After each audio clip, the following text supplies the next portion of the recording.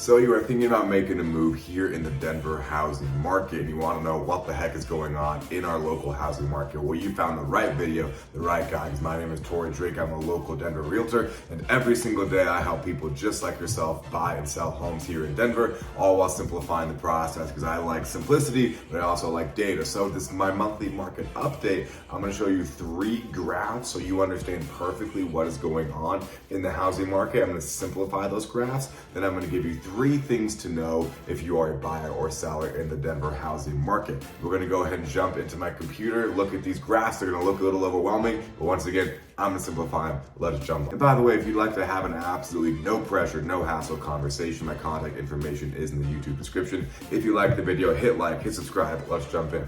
Okay, so this first graph is our market overview for here in Denver. So I'm gonna spend a little bit more time on this one because there's more to talk about. I'm gonna keep it a pretty bird's eye view. If you wanna nerd out on the numbers more, feel free to reach out and we can have a more in-depth conversation.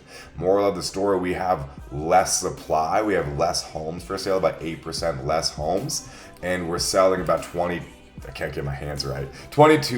more homes. So what's happening is supply is coming down and demand is going up, which is what we see seasonally here in Denver. Even with high interest rates, people still need to buy homes. However, the struggle is why inventory is staying low over here is sellers are incentivized not to sell unless they have to because they probably refinanced into a lower interest rate during COVID, and now interest rates are higher, so they don't really want to move unless they have to.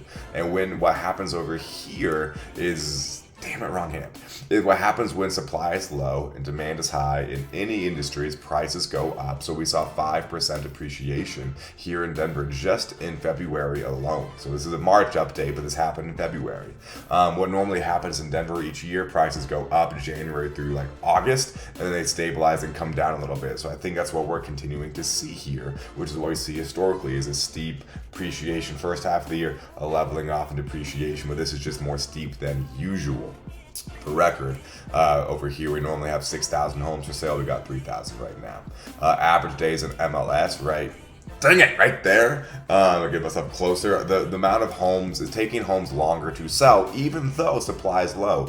Why? Because buyers are fighting over the most popular homes when they hit the market. They're focusing on like the top 10% of homes in each price bracket, causing some homes to sell really quick and for over asking, driving these prices up, and some homes to sit a little longer. So this days in MLS, I don't like that number going up because it's confusing, but that's why it's happening. Everyone's fighting over the same few homes, causing those homes to sell quick and the other homes to sit longer, driving this number up. The next graph I want to go to here is we mentioned, so how competitive is it? So I want this number right here, this 14,000. Keep in mind, we have 3,000 homes in the market, and this is total showings. We had 14,000 showings just the last week of February alone. The week before that, 14,000. So we have, keep in mind, buyers look at multiple homes. So like, I don't know, we have 6,000, 7,000, 8,000 buyers looking at 3,000, 4,000 properties. That's going to cause prices to go up. Last but not least, over here,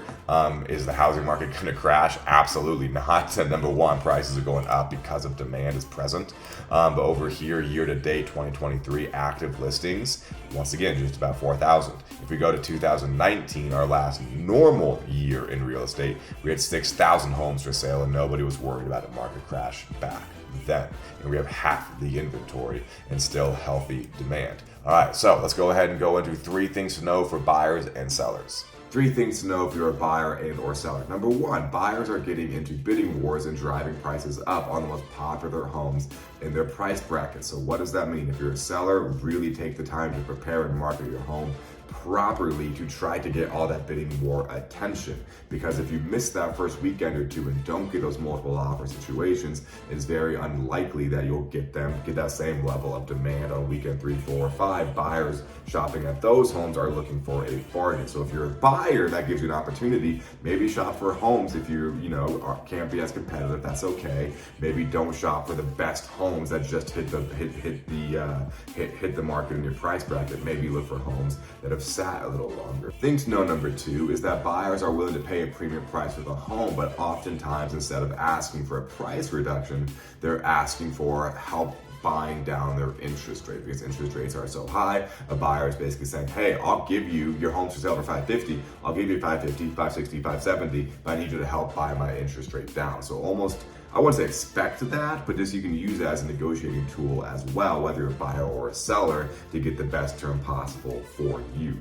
Thing to know number 3 is that we are still in a seller's market. It just doesn't seem like as strong of one because the past 2 years we've been in a crazy supercharged seller's market. Now we're just in a less competitive seller's market, but still very competitive. So whether you're buying or selling, just have those expectations going into it, and most importantly, know how to leverage the current market conditions to help you accomplish your goal. I know that's vague, but everyone's goal is different and everyone's in different price brackets, so I can't really say more than that. But talk to a realtor you can trust, hey, that's me, about developing a strategy to help you accomplish your goal using and leveraging the market conditions. If you'd like to have the most low pressure, no hassle conversation of your life about real estate, my contact information is below. I'd love to hear from you guys. Invite you to reach out to chat. Consider checking me out on Instagram and TikTok because I'm super active and super sassy on there. If you dug the video, hit like, hit subscribe. It helps a lot, guys. And thank you so much for watching. Torrey Drake, Denver Realtor. I'll see you on the next video.